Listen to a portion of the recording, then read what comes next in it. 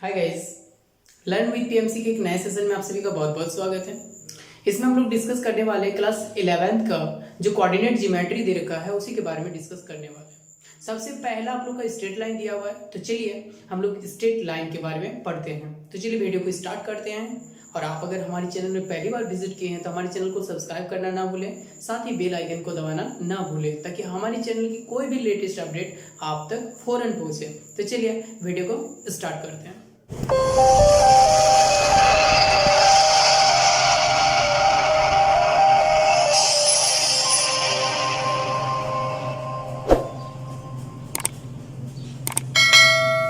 जैसे कि class 10th में आप लोग कोऑर्डिनेट ज्योमेट्री के बारे में थोड़ा बहुत पढ़ चुके हैं, उसमें भी distance formula, area of triangle वगैरह वगैरह सारी चीज पढ़ चुके थे। तो चलिए फिर से हम थोड़ा बहुत सारा चीज़ों पे नज़र डालते हैं और इसका जो प्रॉब्लम है उस पर आते हैं। तो सबसे पहले हम लोग डिस्टेंस फार्मूला पे बात करते हैं। डिस्टेंस फार्मूला क्या है, डिस्टेंस फार्मूला हम लोग कैसे निकालते हैं और डिस्टेंस फार्मूला जो होता है उसका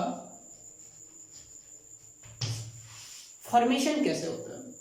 तो जैसे कि आप मान लीजिए कि यहाँ पे कोऑर्डिनेट एक्सिस को हम लोग यहाँ पे ऐसे रिप्रेजेंट करते हैं। इसको हम लोग मानते हैं जो हॉरिजॉन्टल लाइन है इसको एक्स एक्सिस माना जाता है और इसको माना जाता है वाई एक्सिस। ये चीज आप लोग जानते हैं। सबसे पहले हम यहाँ पे कोई पॉइंट P मान लेते हैं और दूसरा कोई पॉइंट यहाँ पे Q मान लेते हैं। तो आप लोग ये चीज जानते हैं कि P से जैसे परपेंडिकुलर ड्रॉ किया जाता है एक्स एक्सिस पे, तो ये ओरिजिन से इस पॉइंट को अगर M मानेंगे तो OM का जो डिस्टेंस होता है ये x अगर होगा और यहाँ से अगर परपेंडिकुलर ड्रॉ y एक्सिस पे किया जाए और ये अगर n है तो इसका जो कोऑर्डिनेट हो जाएगा वो क्या हो जाएगा, x y हो जाएगा और ये आपका y हो जाएगा। सिमिलरली यहाँ पे हम इसका कोऑर्डिनेट अगर लेंगे तो मान लेते हैं इसका कोऑर्डिनेट आपका capital X and capital Y है, ठीक है। तो यहाँ पे इससे यहाँ पे अगर परपेंडिकुलर ड्रॉ करेंगे तो यहाँ से यहाँ तक का कैपिटल X हो जाएगा और यहाँ से यहाँ तक ये जो परपेंडिकुलर ड्रॉ यहाँ पे करेंगे तो ये कैपिटल Y हो जाएगा। तो यहाँ पे हम लोग निकालना क्या है, पी क्यू का डिस्टेंस निकालना। तो ये पी क्यू, तो हम लोग अगर इसको यहाँ पे परपेंडिकुलर इस तरह से ड्रॉ करें तो यहाँ पे देखिए ये जो डिस्टेंस बनेगा ये टोटल x है, इसमें से ये स्मॉल x है तो ये capital x minus small x ये बनेगा, बिल्कुल बनेगा। ये कैपिटल Y है, ये स्मॉल y है तो ये जो डिस्टेंस बनेगा ये कैपिटल Y माइनस y बनेगा, बिल्कुल बनेगा।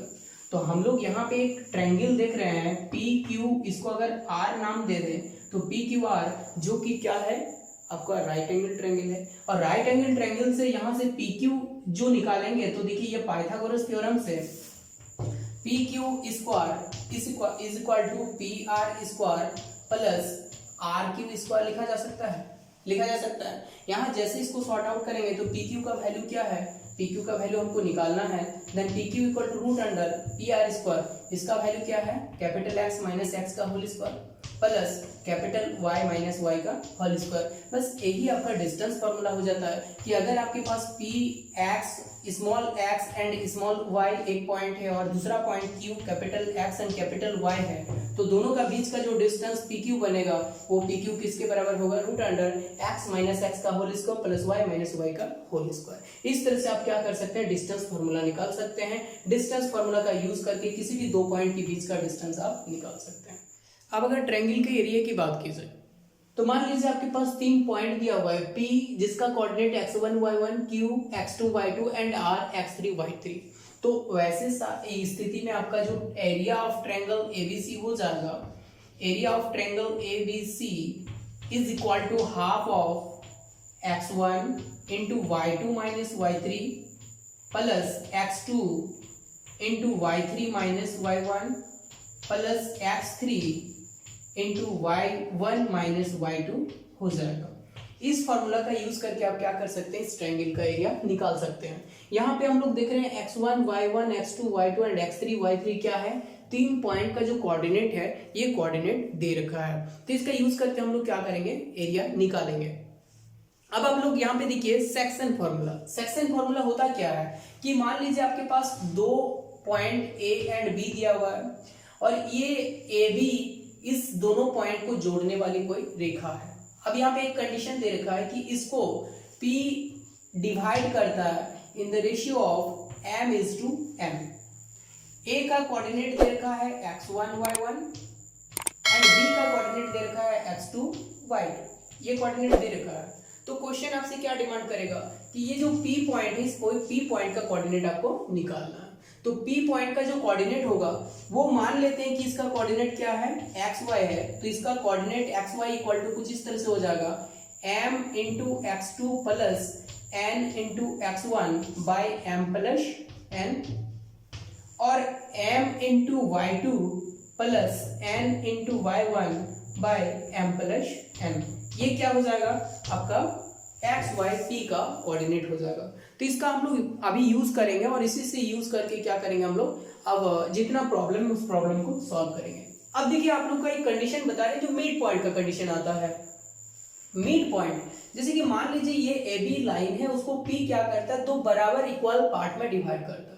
तो अगर इक्वल पार्ट में डिवाइड करेगा तो ये m और n दोनों क्या हो जाएगा, बराबर हो जाएगा। तो हम ऐसे सिचुएशन में अगर m के जगह में n या n के जगह में m पुट करें तो मिड पॉइंट का फॉर्मूला आ जाएगा। तो मिड पॉइंट का आप लोग का फॉर्मूला देखिएगा, मिड पॉइंट का फॉर्मूला जो होता है वो कुछ इस तरह से होता है x1 plus x2 by 2 and y1 plus y2 by 2। तो ये आखिर आया कैसे, देखिए ये m इक्वल टू n या n इक्वल टू m यहाँ पे अगर पुट कीजिएगा तो ये जो सेक्शन फॉर्मूला आपको मिला है यहाँ से आपका ये फॉर्मूला जनरेट हो जाएगा। तो चलिए एक्सरसाइज 1A का जो पहला क्वेश्चन है, क्वेश्चन कुछ इस तरह से है कि find the distance between the given points. जैसे कि पहला पॉइंट दे रखा है a equal to 3 and b का जो कोऑर्डिनेट है -6 एंड 3। तो यहाँ सबसे पहले हम लोग x1 इक्वल टू क्या लिख सकते हैं, 2 लिख सकते हैं, एंड y1 इक्वल टू क्या लिख सकते हैं, -3 लिख सकते हैं। x2 इक्वल टू कितना हो जाएगा, -6 and y2 is equal to कितना हो जाएगा, 3 हो जाएगा। तो हम लोग डिस्टेंस फॉर्मूला यूज करेंगे तो ab is equal to root under x2 minus x1 का होल स्क्वायर। तो x2 का वैल्यू कितना है, -6 और -2 का whole square plus y2 minus y1 का होल स्क्वायर -3, यहाँ 3 और +3 का होल स्क्वायर। इसको सॉर्ट आउट जैसे करेंगे तो 6 माइनस 2 तो ये -8 का होल स्क्वायर हो जाएगा और प्लस ये 6 का होल स्क्वायर हो जाएगा। तो इसको सॉल्व कीजिएगा तो 8 का 64 हो जाएगा और ये 36 हो जाएगा। जैसे जोड़िएगा तो रूट अंडर 100 हो जाएगा और विच इज इक्वल टू 10। तो 10 यूनिट्स क्या हो जाएगा, डिस्टेंस हो जाएगा बिटवीन ए एंड बी। इस तरह से आप डिस्टेंस फॉर्मूला का यूज करके पहला क्वेश्चन जो दिया हुआ है उसका सारा प्रॉब्लम आप सॉल्व कर सकते हैं। क्वेश्चन नंबर 3 कुछ इस तरह से दिया हुआ है कि if a point p x y is equidistant from the point a 6 minus 1 and b 2 3 then find the relation between x and y। यहाँ पे कहा गया है कि p कोई पॉइंट है जिसका कोऑर्डिनेट है x y, यहाँ से एक पॉइंट a और दूसरा पॉइंट b, जो डिस्टेंस है दोनों के बीच में pa एंड pb वो इक्विडिस्टेंस है। a का कोऑर्डिनेट यहाँ पे दे रखा है आपका 6 एंड -1 एंड b का जो कोऑर्डिनेट दे रखा है वो कोऑर्डिनेट दे रखा है 2 एंड 3। तो आपको यहाँ पे क्या कहा गया है कि find the relation between x and y।